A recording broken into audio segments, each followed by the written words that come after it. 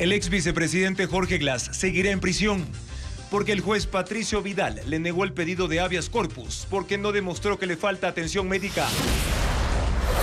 En una entrevista radial, el presidente Daniel Noboa aseguró que la economía mejora y que en la asamblea hay troncha entre el PSC, Creo y el correísmo para chantajear a su gobierno.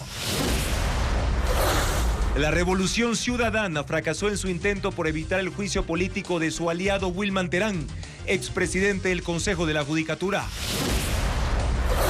Un equipo de Televistazo recorrió el Cerro Santa Marta en Azuay, donde la banda Los Lobos ha instalado 20 campamentos ilegales para extraer oro y otros minerales.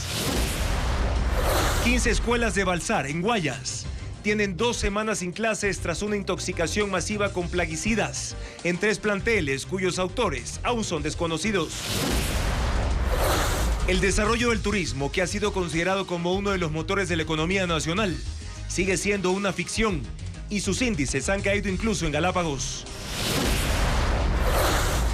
2.700.000 usuarios sin electricidad, fuertes marejadas, comunidades inundadas y tráileres volcados debido al ingreso del huracán Beryl a Texas.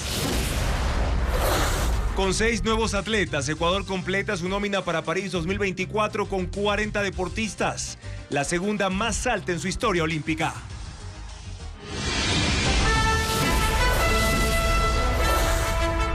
Televistazo estelar con Juan Carlos Aisprúa. Buenas noches, amigos. Bienvenidos a Televistazo estelar este lunes 8 de julio.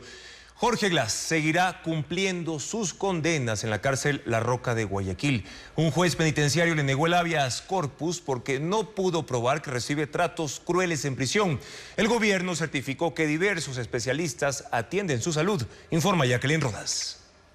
Jorge Glass seguirá preso en la cárcel La Roca de Guayaquil. El juez penitenciario Patricio Vidal rechazó el recurso presentado por el ex vicepresidente, quien pretendía salir de prisión y cumplir el resto de sus condenas bajo arresto domiciliario en la casa de su madre. En su fallo, el juez concluyó: desde el 6 de abril hasta el 2 de julio del 2024, Jorge Glass ha recibido 79 atenciones médicas. Por lo tanto, lo solicitado en esta acción no se ha podido probar. El habeas corpus no reúne los argumentos suficientes. Se niega la pretensión solicitada. En la audiencia, Glass alegó que esa cifra es show. Solo vienen a tomarme la presión y a ponerme el oxímetro en el dedo. Ayer, nuevamente hubo ratas en mi celda. Las logré espantar. Hay 2 patios, pero solo me dan 30 minutos cada 3 días. Me vigilan 3 cámaras. Una está dentro de mi celda. No hay privacidad. Vino la nutricionista, pero no me dan la dieta recomendada. Me niegan el acceso a mis abogados. Están en 5 países. Las medicinas más costosas tengo que proveerlas yo. Tras conocerse la sentencia, los abogados internacionales de Jorge Glass emitieron un comunicado rechazando la decisión. Según ellos, hay una campaña de desinformación sobre las verdaderas condiciones de su defendido en La Roca.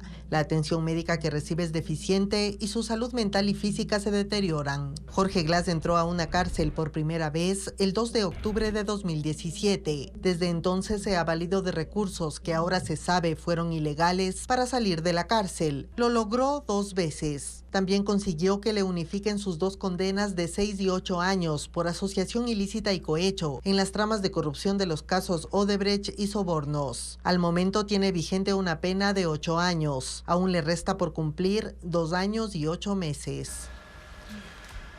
La Asamblea Nacional no acogió la recomendación de archivo del juicio político en contra de Wilman Terán y Maribel Barreno, exmiembros del Consejo de la Judicatura. El proceso continuará el próximo martes. Ariana Bermeo siguió la sesión y preparó un informe.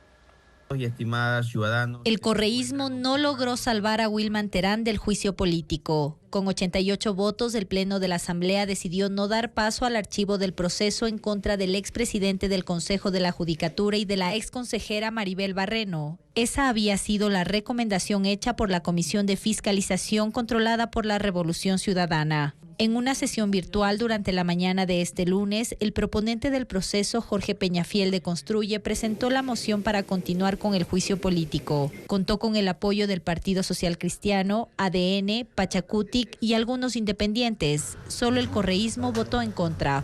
Este juicio se va a tratar el próximo martes en la Asamblea Nacional, en el Pleno. En la fecha fijada, el Pleno escuchará las acusaciones. Durante 3 horas, los alegatos de defensa de Wilman Terán y Maribel Barreno. Habrá 1 hora más para réplicas y finalmente los legisladores definirán si censuran o no a los funcionarios. Se necesitan 92 votos. En la asamblea, Wilman Terán y Maribel Barreno son acusados de incumplimiento de funciones por haber participado en la destitución del juez nacional Walter Macías y por extender arbitrariamente los plazos en funciones de algunos jueces. Acusaciones que fueron ratificadas por el exconsejero Javier Muñoz en su cooperación eficaz.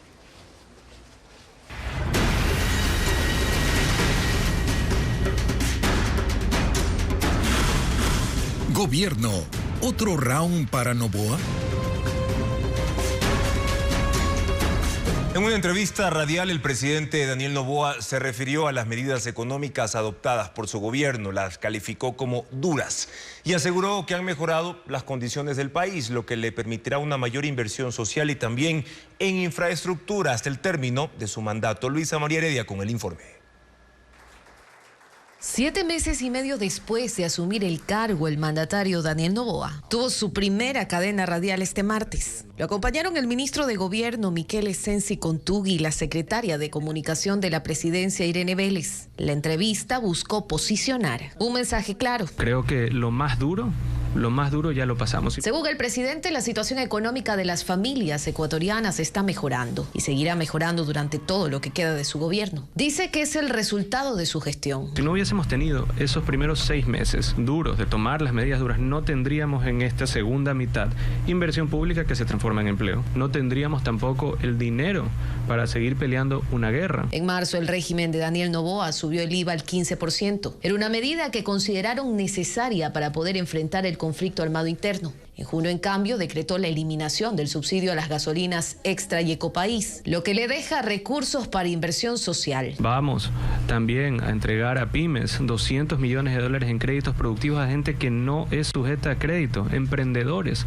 También estamos en un plan productivo para cambiar unidades viejas, camionetas viejas que eran a Extra o a Ecopaís, por camionetas a diésel de producción nacional. Mencionó incluso algunas obras que el Ministerio de Transporte estaría por empezar, como la ampliación a 4 carriles de la carretera que conecta Santo Domingo con los ríos y Guayas. Estamos trabajando para ya empezar el siguiente mes la E25, que es la carretera que mueve el 50% de las exportaciones del país. En el 5.º puente estamos empezando también desde el este, porque tiene que haber expropiaciones, tiene que moverse la cosa. Empezamos desde el este y terminaremos en Guayaquil. Con los recursos generados por las medidas adoptadas al inicio de su gobierno, de acuerdo con el presidente, a partir de ahora habrá mayor inversión en infraestructura, lo que generará empleo. Noboa también confirmó la entrega de la garantía soberana solicitada hace casi 3 meses por el municipio de Guayaquil para un proyecto de agua potable en Monte Sinaí y sectores aledaños. En un comunicado emitido por el Ministerio de Economía y Finanzas horas más tarde, se anuncia la aprobación para los próximos días de esa solicitud y otras enviadas por la prefectura de Manabí y el municipio de Puerto Viejo por un total de $142 millones. 7 meses y medio de... Además, el presidente de la República expuso cifras para evidenciar una recuperación de la economía durante su gestión. Sin embargo, algunos de los datos ofrecidos no tienen sustento en los reportes oficiales de ministerios y oficinas públicas, como informa Lenín Artieda. El presidente de la República intenta apalancar su discurso en cifras. Dice que matan el relato. Para dar cuenta de su buena gestión, contó que la economía creció en un 1.2%. Es el dato que dio el Banco Central del Ecuador y que se sostiene en una reducción de importaciones para el sector productivo que tiene paralizadas las inversiones porque hay un menor consumo. Dijo el presidente también que la inflación se encuentra en 1.18%. Esta cifra concuerda con los datos del Instituto Ecuatoriano de Estadísticas y Censos. Noboa señaló que la canasta básica tuvo una reducción. En mayo, la canasta básica estaba en $799.73. En junio se ubicó en $795.75. Se redujo, sí, en $3.98. Pero si se la compara con el valor de noviembre, cuando asumió el mandato, resulta que hoy la canasta básica cuesta $11.10 más. Noboa indicó que la deuda pública se redujo. Es verdad, a noviembre la deuda externa era de $47.679 millones. A valores de abril, la deuda es de $47.054 millones. El presidente agrega que la recaudación de impuestos se incrementó en $500 millones. Los datos del Servicio de Rentas Internas señalan que la recaudación de enero a mayo en 2023 fue de 8.278 millones, mientras que en el mismo periodo de este año alcanzó los 8.745 millones, 467 millones más. El contexto es que del monto total, 852 millones corresponden a autorretenciones y remisión tributaria. Noboa afirma que las ventas totales se incrementaron en $2.000 millones. Cifras del Ministerio de Producción publicadas el 6 de junio señalan que las ventas netas a abril del 2023 se ubicaron en 69.128 millones, mientras que en 2024 alcanzaron los 70.421 millones. En realidad, 1.293 millones más y no 2.000, como afirmó el jefe de Estado. El presidente también habló sobre el crecimiento de las exportaciones. Dijo que los bienes primarios crecieron en un 12.1%, los bienes industrializados en un 5%, los no tradicionales en un 2.4%. Según Finanzas, las exportaciones de bienes primarios crecieron en un 0.76%, los industrializados en un 11.01% y los no tradicionales en un 2.3%. El presidente también dijo que el número de homicidios en el país se redujo en un 20%. Hasta la semana anterior, según la ministra del Interior, la reducción era de un 17%. Y Daniel Noboa volvió a criticar a la Asamblea Nacional y a su presidente, Henry Kronfle. Insiste en que hay un plan anti-Noboa que impulsan correístas y socialcristianos. El ministro de Gobierno, por su parte, aseguró que ha sido chantajeado por los legisladores. Luisa María Heredia con el informe. Durante la entrevista que transmitieron más de 200 emisoras, Daniel Noboa volvió a arremeter contra la Asamblea. El presidente insiste en que hay un plan en su contra. Según Noboa, el PCC y el correísmo están aliados, y sino que tienen un acuerdo con su antecesor, Guillermo Lasso, que quedó evidenciado cuando se planteó el juicio al actual canciller por la incursión en la Embajada de México para detener a Jorge Glass. Los mismos que ahorita perdonaron los juicios políticos, algunos de ellos son los que enjuiciaron al presidente Lasso antes, ¿o no? Pero claro. Por supuesto, son los mismos partidos. Entonces, ¿qué le huele eso? Ya hay un acuerdo del RC y PCC con Lasso. Si es que le perdonas la vida a 3 ministros, de los cuales crearon el desastre económico en el que nos tocó recibir el país, ahí hay troncha. Pero está seguro de que no cuentan con los 92 votos que se requieren para destituir a la canciller. Los que están buscando impunidad para los suyos y atacar a los míos, en este momento, pues el RC y el PCC. No creo que construyen con todo su discurso antimafias, antiimpunidad, anti todo, quieran votar para ese tema. El ministro de Gobierno, Iker Sensi Kontugui, aseguró por su parte que el desencuentro que existe con la Asamblea tiene un chantaje de por medio. No podemos aceptar que nos pidan que dejemos libre a personas que están presas, que enviemos a hospitales, que enviemos a la casa, que cambiemos la situación de las personas que están en la cárcel, para llegar a un tipo de acuerdo en la Asamblea. El mandatario también criticó al presidente legislativo Henry Kronfle. Solicitamos en la Asamblea que se vote para una comisión que analice las declaraciones de Correa que dicen que invadan el puerto de Guayaquil y bloqueen el comercio del Ecuador. ¿Quién bloqueó 2 veces eso de ahí? El presidente de la Asamblea. De la vicepresidenta Verónica Abad dijo que renunciará a su cargo antes de que él tome licencia para hacer campaña por la reelección. Ella se va a salir solita, yo creo. Tomaremos medidas que la Constitución lo permite. Ahí lo dejo con la intriga. Noboa ha intentado, con consultas a la Corte Constitucional, la Procuraduría y el CNE, evitar que Abad lo reemplace.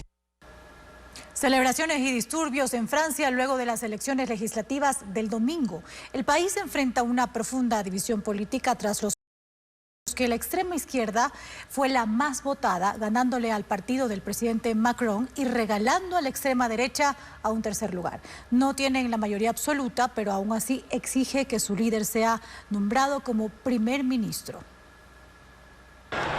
Una multitud festejaba en Plaza de la República en París el triunfo de la coalición denominada Nuevo Frente Popular, unidad de partidos de izquierda que logró darle un giro a las proyecciones después de la primera vuelta de la semana pasada, cuando la extrema derecha se perfilaba como ganadora. A la par hubo manifestaciones y actos de vandalismo, personas que atacaron locales comerciales y encendieron hogueras en la calle. La policía intervino y al final de la jornada se informó sobre unos 25 detenidos. Tensión popular, pero también política. El partido Agrupación Nacional de la ultraderechista Marine Le Pen señaló al presidente Macron como responsable del resultado, pues dijeron que en un afán por cerrarles el paso, retiró de la contienda a unos 200 candidatos gobiernistas para facilitar así el triunfo de la izquierda. El presidente de Agrupación Nacional, Jordan Bardella, la calificó como la alianza del deshonor. El resultado ha terminado ejerciendo presión en el propio gobierno. El primer ministro, Gabriel Attal, dimitió, pero Macron le rechazó la renuncia, al menos por ahora. Mientras que Jean-Luc Mélenchon, el líder del partido Francia Insumisa, que encabeza el nuevo Frente Popular, le exige a Emmanuel Macron cuotas de poder, empezando por nombrar un primer ministro de izquierda, ha dicho, y aseguró que el presidente debe aceptar esta derrota sin intentar eludirla de ninguna manera. Macron, sin embargo, ha decidido esperar hasta la instalación de la Asamblea el 18 de julio para recién ahí nombrar un nuevo primer ministro, pues ese funcionario debe además ser aprobado por el órgano legislativo. Más de 1 millón de turistas ha perdido el Ecuador en los últimos 5 años. La estrategia estatal de fomento de esta industria no ha dado resultados y en los primeros meses de este año, pese a la aprobación de una nueva ley, la caída de visitantes continúa. Lenín Artieda con el análisis. El turismo como aporte fundamental al desarrollo del país no deja de ser una promesa, y aunque el Banco Mundial lo identifica como uno de los 3 motores para que el Ecuador se convierta en un país de renta alta, no hay acciones que evidencien que se está trabajando para que el turismo y su potencialidad dejen de ser un mito. Por el contrario, las cifras demuestran que el turismo cada vez pesa menos. En 2019 su aporte al Producto Interno Bruto fue de $2.193 millones, un 2.1%. En 2023, con 1.492 millones, representó el 1.2%. En México, República Dominicana y Panamá, el turismo representa más del 15% del PIB en esos países. Este impacto menor está directamente relacionado con una reducción en el ingreso de turistas. Si entre enero y abril del 2023 llegaron a Ecuador 460.426 visitantes, en el mismo lapso del 2024 arribaron 370.097, casi un 20% menos. La inseguridad es uno de los motivos, pero otros países como Colombia y México supieron lidiar con ella. En Ecuador la ocupación hotelera en 2024 tiene un promedio inferior al 35% y en provincias como Guayas está por debajo del 30%. Otro de los factores para tener cada vez menos visitantes es la falta de productos turísticos. Porque la naturaleza es importante, sí, pero no lo es todo. Estamos todavía con una oferta, sobre todo en ciertas regiones, como tú bien dices, la costa ecuatoriana, no tenemos hoteles, resorts al nivel, carreteras, hospitales. Ecuador ocupa el puesto 80 en desarrollo turístico, mientras Brasil está en el puesto 29, Chile en el 31, México en el 38. La situación luce más grave cuando incluso el ingreso de visitantes a Galápagos, la joya de la corona, manifiesta una contracción del 26% en comparación al año anterior. Pero es que no hay un plan nacional de turismo que implique la acción no solo de un ministerio, sino de todo el Estado trabajando de forma coordinada. Producto de esa ausencia, si en 2018, el mejor año para el turismo en Ecuador de la última década, llegaron 1.929.000 visitantes, en 2023 fueron solo 863.000. Y como van las cosas, la caída en picada se consolida. Sobre millonarios contratos en CNT hablaron los implicados en el caso Encuentro durante reuniones en la casa del empresario Naim Massou que fueron grabadas por cámaras de seguridad. Incluso dieron instrucciones a una mujer que iba a entrar como directora de un proyecto. Luisa María Heredia muestra las transcripciones. Uno de los temas más frecuentes entre los interlocutores de las nuevas transcripciones de reuniones grabadas en la casa del empresario Naim Massou, que liberó la Fiscalía, es CNT.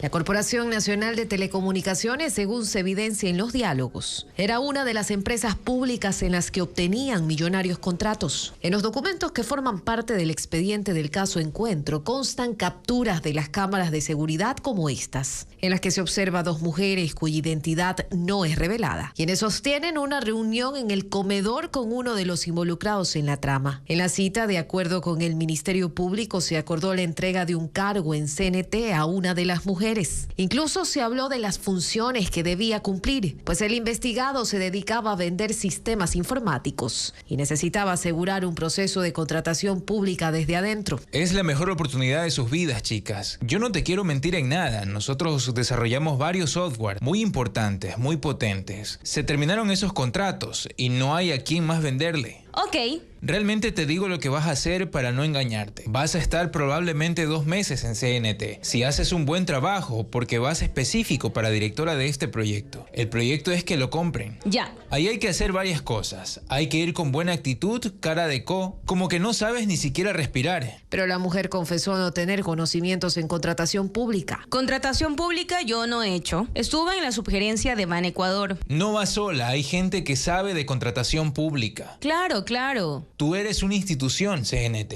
El interlocutor masculino, cuya identidad tampoco precisa Fiscalía, reveló durante el diálogo que tenía pagos pendientes de parte de la empresa pública. Llevo 7 millones detenidos. Yo hice un acuerdo con CNT. Y CNT es mi socio, es mi distribuidor autorizado. Entonces yo vendo 5 millones. CNT se queda con 2 y yo con 3. Así 40, 60. Yo he vendido como pan caliente. CNT es una de las compañías estatales que más funcionarios con sueldos dorados tiene. De acuerdo con el actual gobierno, su gasto en nómina en el 2022 era de $142 millones y subió a $153 millones en 2023. Mientras en ese mismo periodo sus pérdidas incrementaron de 47 a $71 millones.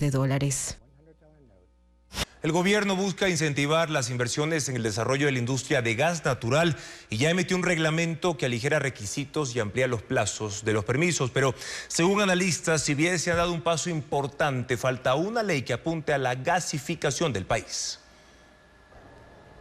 El presidente de la República, mediante decreto ejecutivo, expidió el reglamento de operaciones de gas natural, que tiene como objeto regular las actividades de comercialización, almacenamiento, industrialización y transporte de gas natural. El documento detalla que la actividad podrá ser desarrollada por nacionales y extranjeros, personas naturales o jurídicas, con la debida autorización del Ministerio de Energía. Esta normativa se esperaba desde hace tiempo para incentivar el uso del gas, que en otros países lleva años en desarrollo. El Ecuador lamentablemente está muy atrasado en la gasificación, en usar el gas natural como combustible. El gas es mucho más barato y menos contaminante que el diésel, por ejemplo, y en América Latina en promedio la matriz energética usa un 30% de gas, mientras que en el Ecuador es apenas el 2%. El reglamento establece que las actividades relacionadas con el gas natural son un servicio público y que por ello no podrán paralizarse ni suspenderse. Además, aligera requisitos con la intención de volver atractivo para los capitales el desarrollo de inversiones en ese sector. Por ejemplo, se amplía el plazo de las actividades de comercialización y almacenamiento. Las autorizaciones, que antes eran por 5 años, ahora tendrán 25 años de vigencia. ¿Y por qué impulsar el gas natural?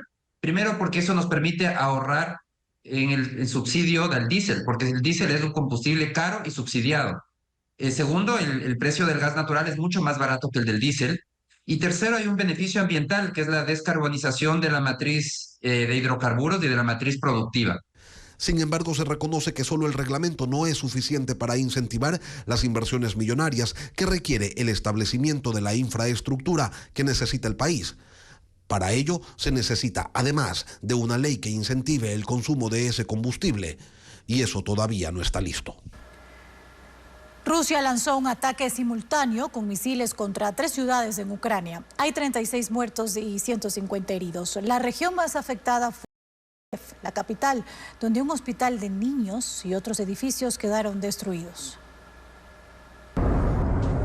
Uno tras otro, los misiles cayeron en una concurrida zona de Kiev y en redes sociales, incluida la del presidente de Ucrania, se mostró este video del instante en que uno golpeaba el sector del hospital pediátrico. Buena parte del sitio quedó en ruinas y ante la emergencia, tanto brigadas de bomberos como centenares de civiles residentes del área se concentraron en el lugar para remover escombros, rescatar a los heridos, recuperar algunos cuerpos y buscar sobrevivientes.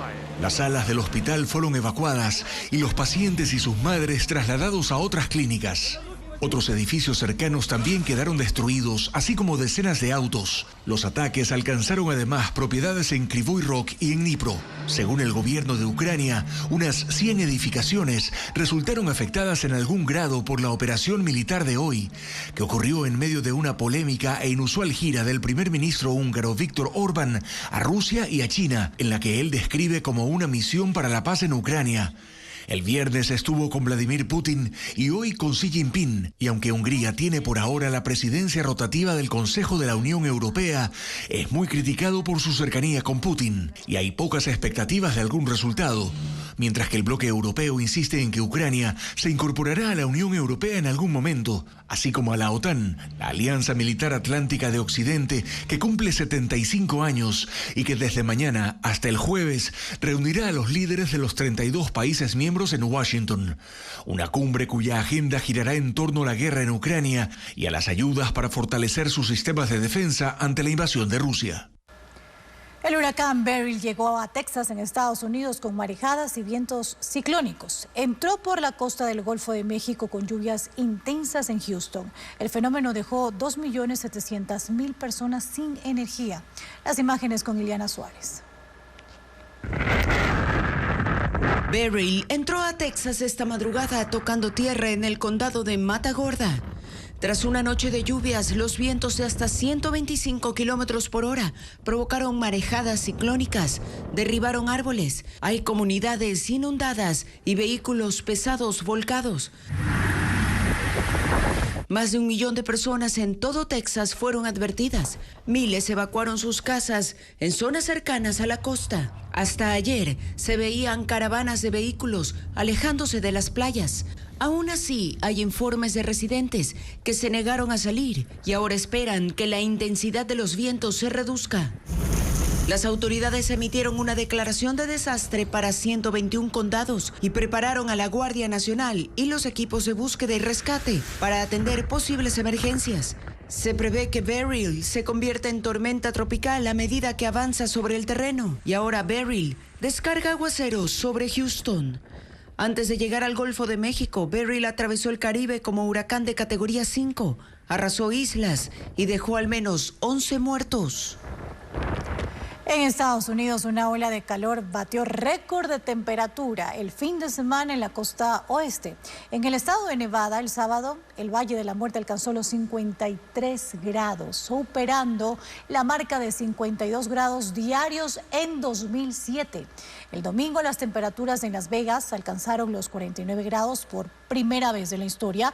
La ciudad de Kingman, en Arizona, alcanzó los 42.7 grados. Temperaturas que incrementan el riesgo de incendios forestales.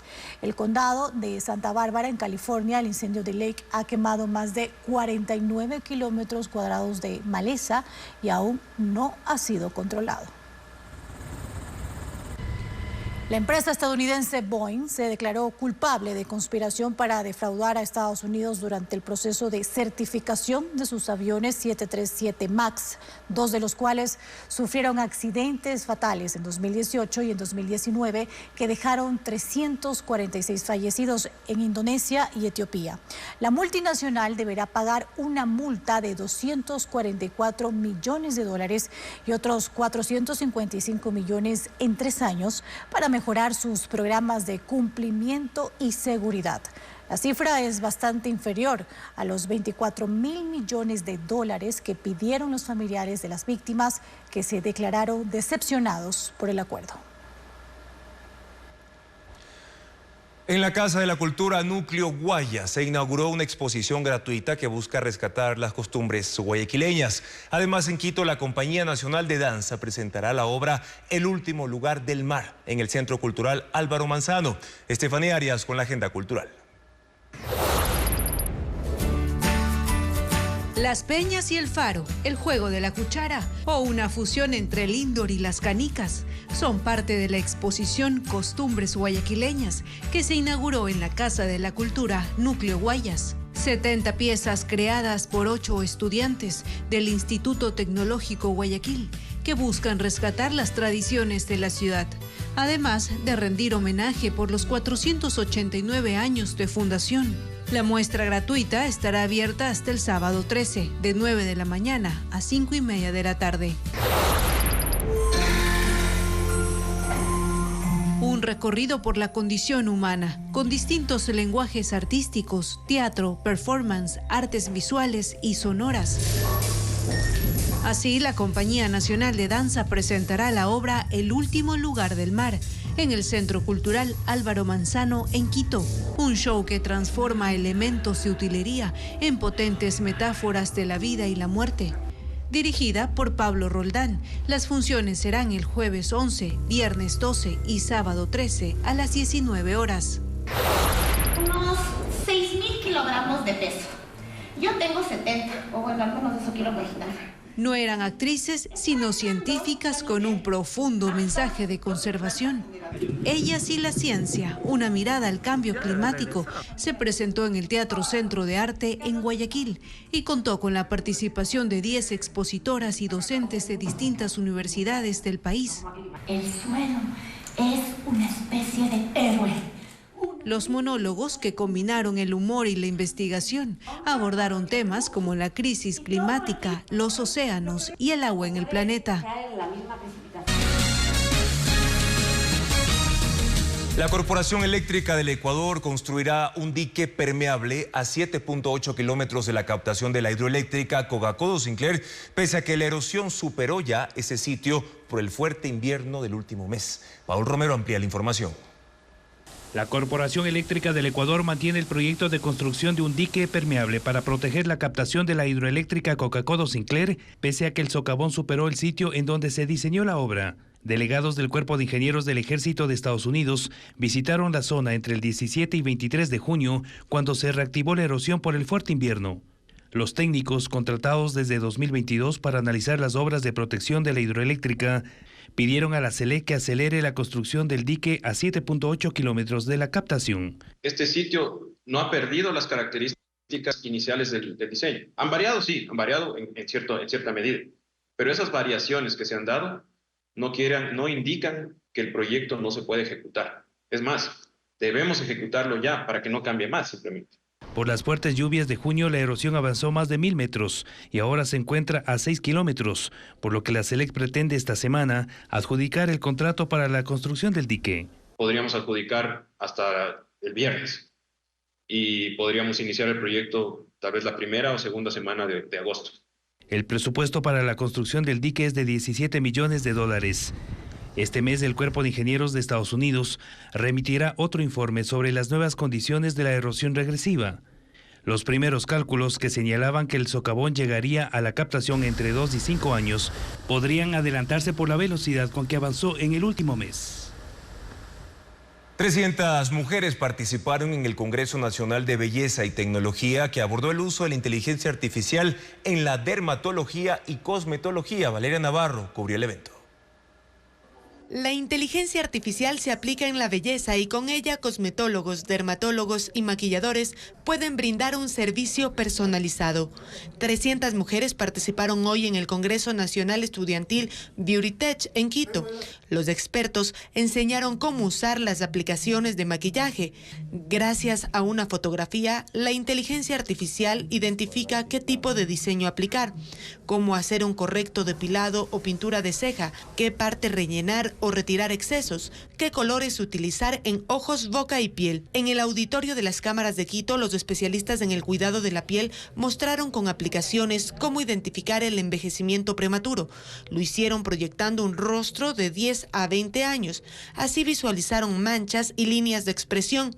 Les sirve como guía para aplicar tratamientos con láser, medicinas o cremas. Los dermatólogos dejaron en claro que no se puede aplicar la inteligencia artificial para problemas de acné o despigmentación de la piel. Los resultados de las plataformas son irreales porque responden a problemas hormonales. Los pacientes pueden ingresar a la aplicación, empiezan a hacer sus propios esquemas de tratamiento sin tomar en cuenta datos importantes como son los datos médicos, como son los hábitos. Las mujeres de 15 años en adelante son las que más utilizan la inteligencia artificial para procedimientos estéticos en Ecuador. Los poderes ejecutivo y legislativo se enfrentan una vez más. El gobierno dice que en la Asamblea opera una troncha, mientras que Henry Kronfle, titular del Legislativo, asegura que el presidente Noboa miente. Adriana Bermeo con las declaraciones de ambos lados. Ellos eran miembros de la misma bancada, el Partido Social Cristiano. Ahora se enfrentan desde trincheras contrarias. Henry Kronfle, presidente de la Asamblea, y Esteban Torres, viceministro de Gobierno, protagonizaron un nuevo capítulo del desencuentro entre el Ejecutivo y el Legislativo. Se desató por la entrevista radial del presidente Noboa, en la que aseguró que en la Asamblea opera una troncha. Inmediatamente Kronfle convocó a una conferencia de prensa para darle una réplica a las mentiras plasmadas por el gobierno. Minutos después, el viceministro de Gobierno, Esteban Torres, hizo lo mismo y arremetió en contra de la Asamblea. Han radicalizado la persecución al gobierno nacional, a los ministros de Estado y al propio presidente de la República.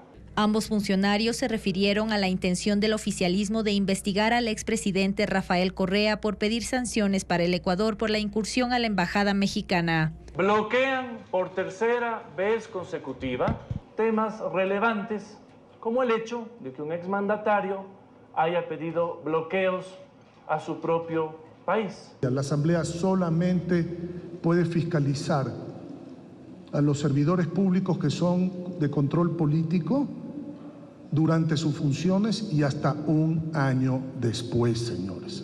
No cabe otra cosa. Vayan a la Fiscalía y presenten su denuncia.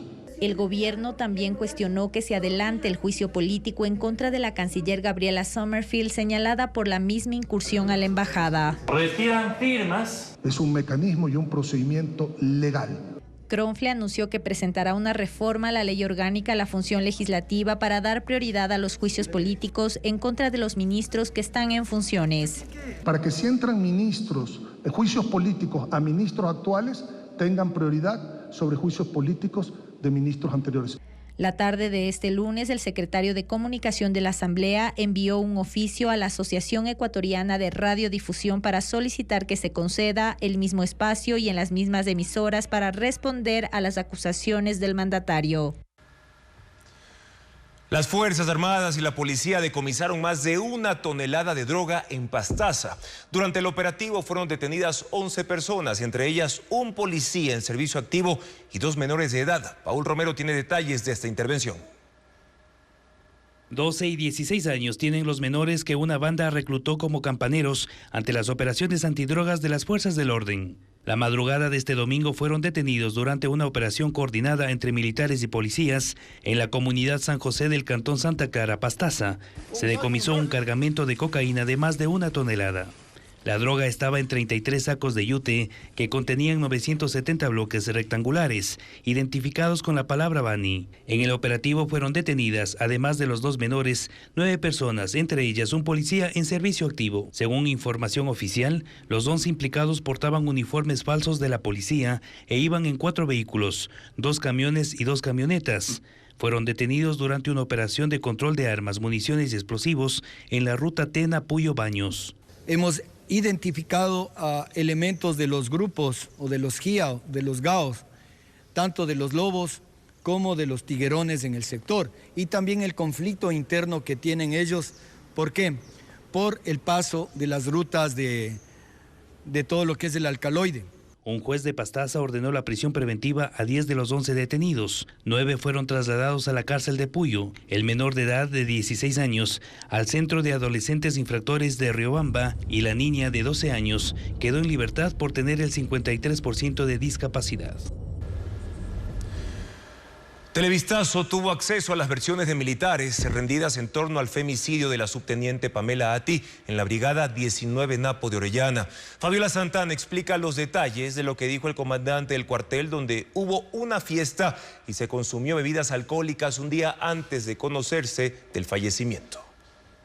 A una semana de la violación y asesinato de la subteniente Pamela Ati en un cuartel militar de Orellana, hay versiones que difieren y que figuran en el expediente. Una de ellas es la del comandante de la Brigada 19 Napo, Marco Guerrón, y la de un agente de la DINASED. Es la hora en que se conoció la muerte de la subteniente. Según el agente Mauricio Ceballos, su equipo llegó al fuerte militar para levantar el cadáver a las 9:30 de la mañana. El comandante dijo que conoció el hecho en la noche. El 29 de junio del 2024, aproximadamente a las 19:30, me llamó la teniente coronel Sandra Santa María, directora del Hospital Básico de la 4ª División del Ejército, a informarme de que la subteniente Ati estaba fallecida. Inmediatamente se acudió al sector del dormitorio donde ella vivía.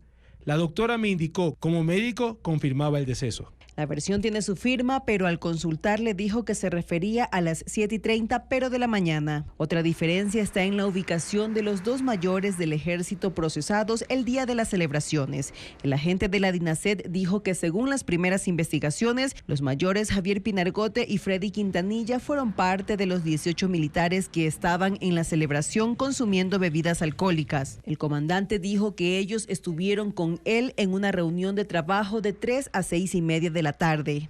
No hubo receso, fue seguida, pero sí estaban presentes en esta reunión los 2 mayores. Lo mismo dijeron los mayores en sus versiones. La jueza ya ordenó que se entregue el acta de esa reunión y el registro de asistencia, aunque narraron que fue a las 5:30 de la tarde cuando retiraron a la subteniente del festejo junto a otros 2 oficiales. Finalmente, pese a que el comandante reconoció que estaba prohibido el consumo de licor en el cuartel, el día de la celebración recibió información de que uno de los homenajeados no se podía presentar. Estaba indispuesto porque le habían dado licor. Las versiones fueron rendidas el domingo 30 de junio y la Fiscalía no descarta la ampliación de algunas de ellas dentro de la investigación que se extenderá hasta este fin de mes. 15 planteles educativos de la zona urbana de Balsar suspendieron las clases presenciales luego de casos de intoxicación con plaguicida en 3 instituciones. El COE cantonal tomó esa decisión para evitar otros incidentes. Los alumnos reciben las tareas por WhatsApp, pero no todos tienen internet, como le explica Merlín Ochoa. La contaminación con plaguicida se dio en 3 planteles educativos del casco comercial de Balsar en la provincia del Guayas, pero el Comité de Operaciones de Emergencia Cantonal decidió suspender las clases presenciales en los 15 establecimientos de la zona urbana para evitar nuevas intoxicaciones. Desde el 21 de junio, los alumnos reciben las tareas por WhatsApp, pero 3.000 de los 9.000 estudiantes viven en el área rural. Un equipo de Coavisa recorrió el recinto Boca de Chicompe. Ahí habita Jenny Chenche. Su hijo de 14 años fue el más afectado por el químico. El día de la contaminación masiva, lo trasladaron a Guayaquil, a la unidad de cuidados intensivos. A mi esposo le digo, mi hijo ya se está muriendo. Yo le digo así porque ya apenas nomás sacaba la lengua para afuera. Era feo eso. Desde la emergencia, su hijo no ha abierto la maleta, pues en su casa no hay internet y el único celular que tiene se lo lleva a su esposo al trabajo en el campo. Ella dice que el adolescente tiene terror de regresar a las aulas. Y yo estoy de acuerdo, pues que mi hijo no quiere ir. En la carretera del recinto encontramos a María con sus 2 hijas. También se intoxicaron y contaron el momento de angustia que vivieron dentro del plantel. Vieron desmayados, unos les salía sangre por la boca, le ardía la cara. La madre de ambas recalcó que en estos 14 días no han podido recibir las tareas. Por ello salieron del recinto para tener señal y poder imprimir lo solicitado. A veces tengo que prestarle a un familiar para que me dé recarga o poner yo porque no trabajo tampoco. El Ministerio de Educación no se pronunció sobre cómo van a nivelar a los alumnos que viven en la zona rural. El martes 9 de julio se reunirá el COE cantonal para decidir si retoman las clases presenciales o se extiende la virtualidad una semana más.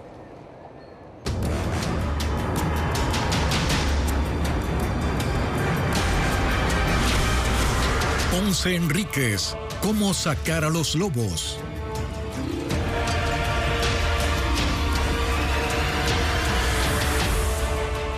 Un equipo de Televistazo llegó hasta Santa Marta, en el cantón Ponce Enríquez, una zona montañosa donde actualmente grupos de la banda Los Lobos se disputan el control de las minas. En ese territorio se han instalado incluso campamentos y puntos de extorsión a mineros. Santa Marta, una zona remota al este del cantón Camilo Ponce Enríquez, en Azuay, ha caído bajo el control de miembros de los grupos terroristas Los Lobos y Los Lobos Box. Este sector minero de 800 habitantes forma parte de la parroquia El Carmen de Pijilí, que está a 50 kilómetros del centro de la localidad. Un equipo de Televistazo llegó hasta su punto más clave, este cerro que se extiende por 2.200 metros de altura, donde la minería ha desatado una lucha de territorio entre ambas bandas. El terreno es inestable, lodoso, solo es posible recorrerlo en vehículos todoterreno. Apenas se empieza el trayecto por la montaña se evidencian los costados covachas levantadas con madera y plástico, aparentemente vacías. Son consideradas estaciones de campaneros. Cuando nosotros entramos con personal de Fuerzas Armadas, ellos dan un previo aviso a todos los trabajadores y todos los grupos, los GDOs que están actuando. De esa manera es que logran huir. Tras 10 minutos de trayecto, un motor afuera de una casa enciende la alerta. Al ingresar, tacos de dinamita elaborados de forma artesanal confirman que empieza una ruta de minas. Y a 8 metros se visualiza un pequeño túnel. Un poco más arriba aparece el campamento de una mina legal abandonado. Luego otra zona de extracción, esta vez ilegal. Es la mina El Dorado, donde hace 5 días rescataron a 49 mineros secuestrados por Los Lobos Box y donde también encontraron a 8 personas asesinadas esta semana. El túnel de 2 metros de alto por 1 de ancho muestra el área por donde extraían oro clandestinamente y que además servía de caverna para retener a aquellos trabajadores de otros campamentos que no cumplían con una cuota de extorsión. Afuera, una estructura servía de cocina y una cabaña con literas artesanales como área de descanso y depósito de explosivos. Según inteligencia militar, entre junio y julio se han detectado al menos 20 campamentos de minería ilegal en Santa Marta, donde se han producido 6 enfrentamientos armados entre Los Lobos y Los Lobos Box. Al momento, 100 militares han reforzado los controles en el área, pero aún no se ha determinado la cifra total de minas legales e ilegales que han sido tomadas por estas mafias. Y mañana, en una nueva entrega, les contaremos cómo operan en Ponce Enríquez facciones del grupo terrorista Los Lobos, que se ha tomado el negocio ya de la minería. Y un fin de semana violento en el cantón Pasaje, en la provincia del Oro. En menos de un día hubo 2 masacres que dejaron 6 muertos. Uno de los casos ocurrió anoche, cuando sicarios con fusiles atacaron a 3 personas. Según la policía, el crimen está relacionado con la disputa de territorio entre 2 facciones de la banda Los Lobos. El crimen se reportó a las 7 de la noche de ayer en el barrio La Yadira del cantón Pasaje. 10 hombres a bordo de 2 carros y una moto llegaron al sitio y con fusiles y pistolas atacaron a los hermanos Ricardo, Andrés y Juan Carlos Hidrobo. Según la policía, una de las víctimas había salido de la cárcel hace 6 meses. En el sitio también murió César Espinosa Chica, cuñado de los fallecidos. Bueno, se encontraban en el portal de esta vivienda. Dentro de la misma, pues ya ha sido intervenida por Policía Nacional por varias ocasiones. Y pues se conoce que aquí en el sector es de expendio de microtráfico. Los agentes de criminalística recogieron 30 restos de bala en la zona. Según los uniformados, este ataque tendría relación con la masacre ocurrida la noche del sábado, pero en el barrio Los Naranjos, donde fueron acribillados Marco López Toala, Mauricio Montero Chumbay y Nino León Castro. Por ambos crímenes múltiples todavía no hay detenidos. La catedrática Dunia Martínez fue designada como vocal principal del Consejo de la Judicatura y como tal presidirá ese organismo. El nombramiento se realizó esta noche durante una sesión del Pleno del Consejo de Participación Ciudadana. De los 6 consejeros conectados a la sesión, 3 votaron a favor de Martínez y 3 se abstuvieron, por lo que se recurrió al voto dirimente del presidente del organismo, Andrés Fantoni. Y durante los Juegos Olímpicos se utilizará la inteligencia artificial para detectar el ciberacoso contra los atletas. El sistema va a supervisar millones de cuentas en las redes sociales, pero ¿cómo lo hará? Valeria Navarro con la respuesta. Por primera vez, un sistema de inteligencia artificial protegerá a los 15.000 atletas olímpicos y paralímpicos del acoso en redes sociales durante los Juegos de París 2024. El sistema supervisará millones de cuentas de X, Facebook, Instagram y TikTok. La inteligencia artificial identificará en 35 idiomas comentarios ofensivos, imágenes y emoticones que se publiquen en contra de los deportistas. Los reportará a las plataformas digitales para que los contenidos sean eliminados. Se reducirá así la posibilidad de que se afecte la salud mental y el rendimiento deportivo de los atletas. El sistema fue desarrollado por la Comisión Médica y Científica del Comité Olímpico Internacional. Los Juegos Olímpicos inician el 26 de julio y durarán 16 días. Durante ese tiempo, se esperan 500 millones de interacciones en redes sociales. El sistema de protección a los deportistas fue puesto a prueba con el análisis de 17.000 publicaciones en redes sociales durante la Semana de los Sport, competición mundial de deportes virtuales que se celebró a mediados del año pasado. La inteligencia artificial identificó 199 posibles contenidos de acoso de 48 cuentas direccionados contra 122 atletas. Lectura visual para todos es el nombre de la muestra que reúne 300 obras del artista ecuatoriano Miguel Barea, fallecido en el año 2020. La exposición se exhibe en el Museo Nacional Muna, en Quito. Vanessa Robles con los detalles.